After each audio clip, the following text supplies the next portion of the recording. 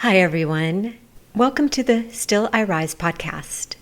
I'm your host, Lisa McKenzie, founder of Unite Empowering Events. I am so honored to be here today with you as we introduce you to some amazing everyday heroes who will be sharing their inspiring stories of how they persevered after a life-altering event. The stories that we are sharing come from a unique narrative therapy program we created called Storycrafting. It's a small group 6-week experience that challenges participants to revisit a time in their life when life changed. Yes, you will hear about their hardships, but you will also hear how these amazing individuals persevered and found silver linings. Many of our participants are nervous to share, and they know they're being vulnerable with you, but they each said that they wanted to share because it's their hope that maybe their stories will inspire others and help somebody else persevere also. I'm joined by my amazing co-host, Debbie Tongi, who is our program director, and we can't wait for you to meet our story crafters. Thank you for tuning in. Please share this podcast with others.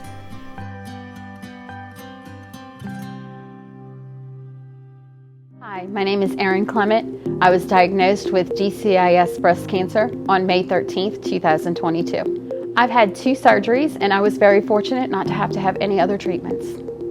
I was treated at CRBS on St. Charles, and I have to thank the wonderful doctors, Dr. Katrina and Dr. Wright, who took such beautiful care of me, and of all the staff and all of the nurses at the clinic who have treated me and my family so well.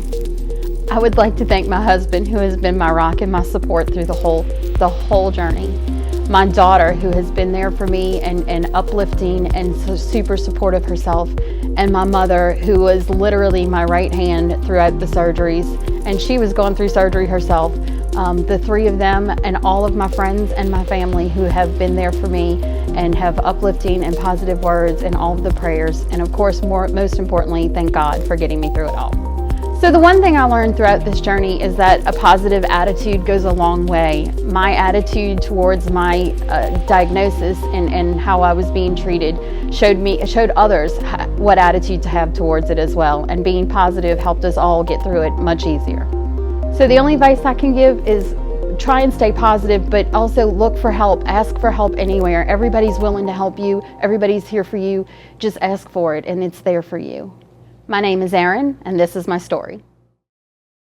Hi, everybody. We are here today with Erin Clement. How are you today, Erin? I am fabulous, thank you. Thank you so much for being part of the Unite class of 2023. How would you sum up your journey these last 6 months with Unite? Like, how has it been for you being part of this?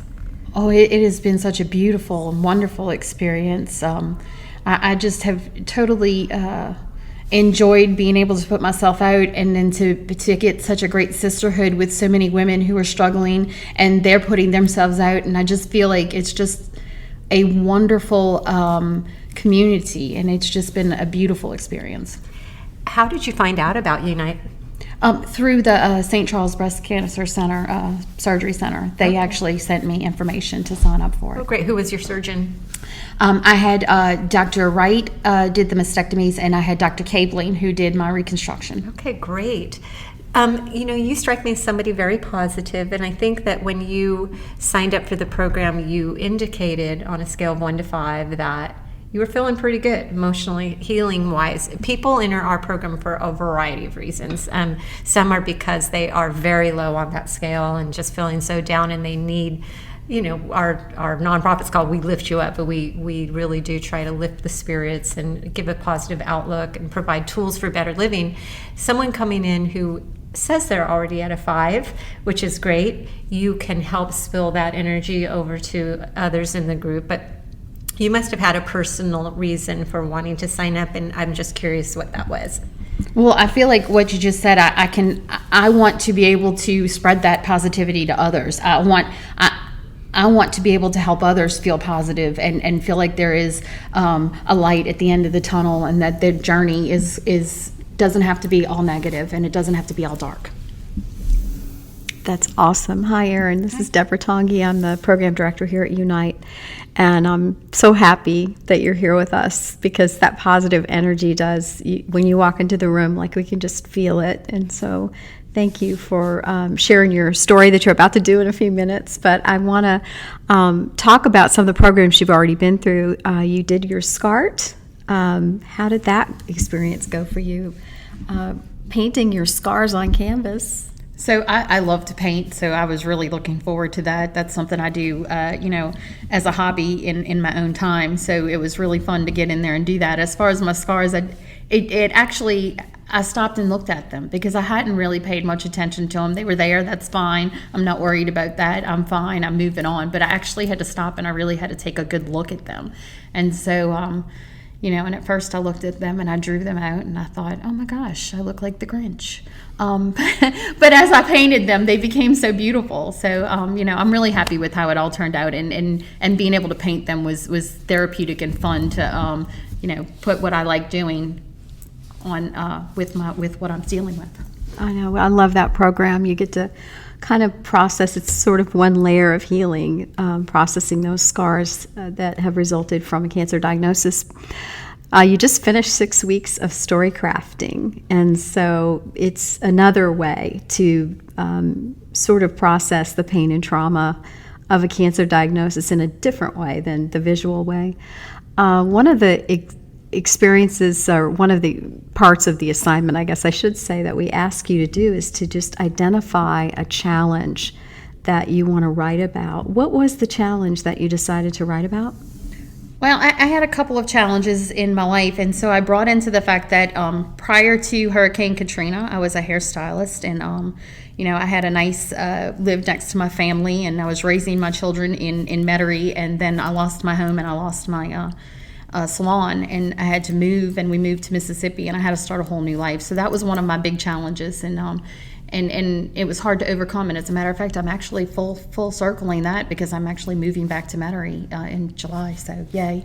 And the other one that I had that was very hard was when I was first diagnosed, and they sent me to a plastic surgeon. Now, it was not where I wound up for obvious reasons, but the plastic surgeon that I had gone to was extremely negative, and I had a real hard struggle with that. But, we found the right place, and it all worked out. Wow, I'm sorry to hear that, but I think being in southern Louisiana, Katrina is one of those things that a lot of people felt was a real challenge, a jolt in their lives, just like a cancer diagnosis. The second part of the assignment is you have to identify a metaphor, sort of a way to symbolize the story that you're about to tell. What was that metaphor that you came up with? So my metaphor that I chose for my journey throughout my life is when life gives you lemons, you make lemonade. Because that's what I did with all my lemons. I turned them into lemonade. All right, well, we're going to go ahead and get right into the story. Now I want to give you Erin Clement, and here is When Life Gives You Lemons, Make Lemonade. I received a huge lemon when my life was turned upside down by a little storm named Katrina. Before Katrina, I lived my entire life in Metairie. I was a hairstylist, a wife, and a mom of 3. All of my family lived nearby. I loved where I lived, where my children were going to school, and the salon I worked at with my mother and my sister. We had grown up in that salon, so everyone, including the clients, was my family. Katrina destroyed my house and the salon. We had to move, and we wound up in Picayune, Mississippi. I no longer had a house near all of my family, and I no longer worked with my family. My children had to start over in a new school. When I went to register them, I heard a staff member say, "The displaced families need to sign in over here." I realized then that I was part of a displaced family. I was broken, and I had to completely restart my life. While this was a great big lemon, I found a way to make lemonade. As a child, I wanted to be a teacher, so at this point in my life, I went back to school and I became a teacher. I have met and made some amazing friends that have become family. I also learned how to become more independent. I was diagnosed with breast cancer in 2022 at the age of 50, and this diagnosis came with some lemons. The first was the call. I was alone and 3 hours from my family at a work conference. It was an overnight conference, and I had just gotten into my cabin and set up my room for the night when my doctor called me with my biopsy results. I was scared, lonely, confused, overwhelmed, and in denial. That lasted for about 10 minutes after that phone call. When I called my husband, he didn't take it well. Then I spoke to my daughter. She showed me that I wasn't alone. She got me moving. I started to pack up and head home. I called my mom. She had been through cancer about 15 years ago, and she was not supposed to be alive, much less answering the phone. This is when I began to feel strong, at peace, and ready for battle. My daughter stayed on the phone with me the whole 3 hours it took to drive home. I felt the love and support from my family. I called my husband back with my new positive attitude, and he began to accept it more. He began to feel positive, and this is when I knew. A positive attitude can go a long way. I knew that everything was going to be okay because I had faith in God and He was with me. Lemonade. The other big hurdle was the first plastic surgeon I went to see. He was very negative. He told me that I would be disfigured for life and that I would never look normal again. He said that I would have to go through as many as 6 to 9 surgeries to even be remotely okay, but that I would never be able to look at myself and see normal again. Talk about a big lemon. I called my diagnosing doctor back, and she immediately called the St. Charles Breast Center. I cannot begin to tell you how beautiful they were with me. They made me feel safe, cared for, and I knew everything was going to be all right. Lemonade. More lemonade. Before the big C, I was about a size 20, tired, unhappy with the person I saw in the mirror, unhealthy, and no energy. I had lost weight because I had recently been diagnosed with diabetes. But my boobs were still a triple D long. You know the old song, do your boobs hang low? Do they wobble to and fro? Can you tie them in a knot? Can you tie them in a bow? I felt like that song was made for me. I had a huge tummy apron with tons of extra skin hanging there. So, thanks to the surgeries, I became perkier with a flatter tummy, taking care of all of those problems.